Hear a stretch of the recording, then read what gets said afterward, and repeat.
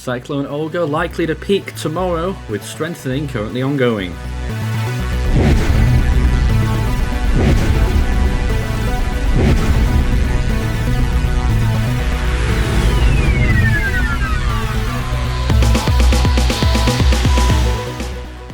Cyclone Olga is located off the west coast of Australia, still over mostly the Indian Ocean, with some of its cloud coverage just about reaching the coast of the Kimberley and on towards the 80-mile beach. It's 13.3 south, 120.2 degrees east, still moving in a southerly direction right now actually.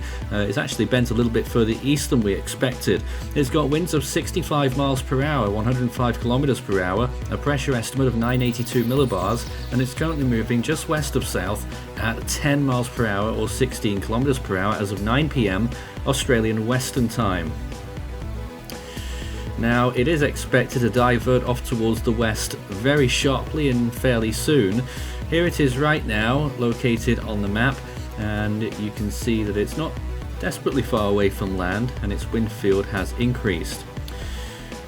Currently, it is 184 kilometres from Scott Reef, 491 from Rowley Shoals, 555 from Broome, and two round numbers, 800 from Port Hedland and 900 kilometres from Karratha.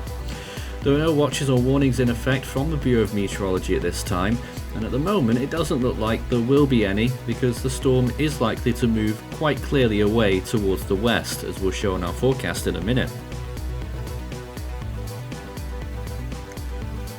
So with that in mind, it's not a completely harmless storm. There will be concerns about rip currents and rough seas. A full cyclonic impact is now very low chance, but rough seas and rip currents likely to occur all along the coast from the central Kimberley to Exmouth over the next few days. Of course, rip currents can be dangerous and indeed fatal, as has been proven many times before, so stay away from the coastal regions, at least out at sea.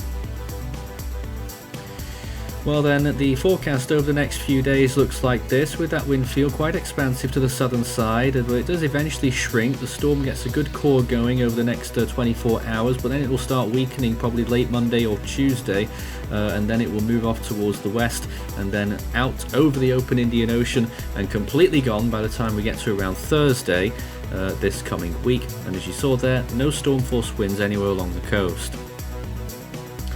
Its estimated wind speed right now is around 65 miles per hour. The Bureau of Meteorology and the JTWC will be playing catch up on this, but the latest satellite estimates have 65 to 70 miles per hour, which is 105 to around 112 kilometers per hour. We expect strengthening to keep going.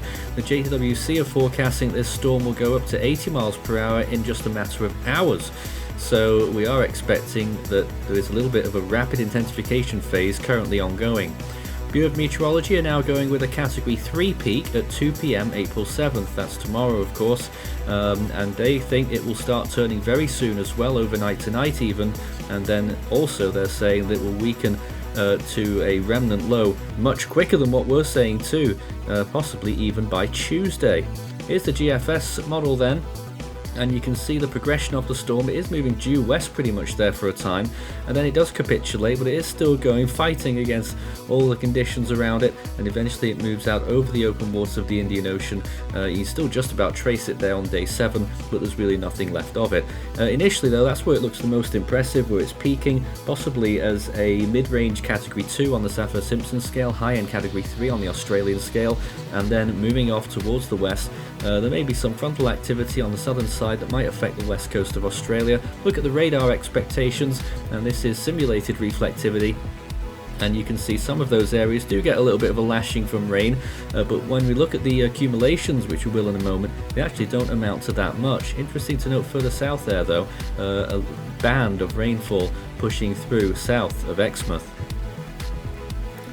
Once again, there it is, looking very impressive for a brief period in the next 24 hours, and then it shirks away once again towards the west. So it's going to be a short peak, a fairly compact core of a storm, and land impacts are going to be minimal. Rainfall expectations then over the next 7 days, they really aren't very high at all. Yesterday we were looking at maximums of 1.1 inch, which is just over 25 millimeters. That forecast has actually been revised downwards again, and on top of anything that's happened so far, of course, we're looking at maximums now of 0.5 inches, which is barely 10 to 20 millimeters, and that will be north of Broome there along that tip up towards the northeast. Near the storm's centre though, we'll be seeing rainfall over water of maybe 16 inches, 400 millimetres, and quite a bit further towards the southwest as well, and potentially a second peak there getting up above 12 inches. Sea surface temperatures are good around the storm right now. These are in Fahrenheit, but I'll do the conversions. 29 degrees is 84, and where the storm is right now, 28 is where it's currently at, and it's around 28 along the whole coast of Western Australia there, bending towards the western tip. Out towards the open waters, temperatures are still warm there as well if there's any future systems on the radar, which there currently aren't, but those temperatures are holding firm.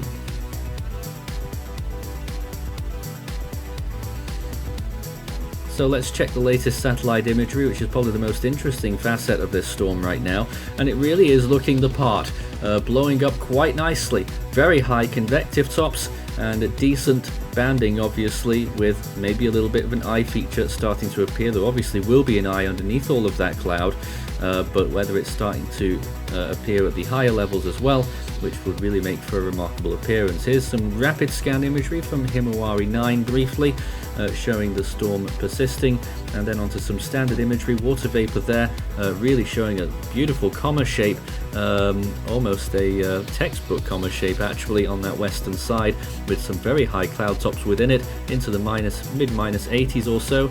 Eastern side could be ingesting a bit of dry air perhaps, or whether it's just a gap in the eye, but certainly it appears to be on a strengthening trend and looking good for the next 12 to 24 hours, where I think we will see a brief eye appearance before it eventually collapses. Radar not showing too much, it's in a black spot of course, but just along the coast of Australia there you can start to see just little bits getting closer to the area. You can of course go on the Force 13 website and look at all of this imagery in real time, force13.com/satellite.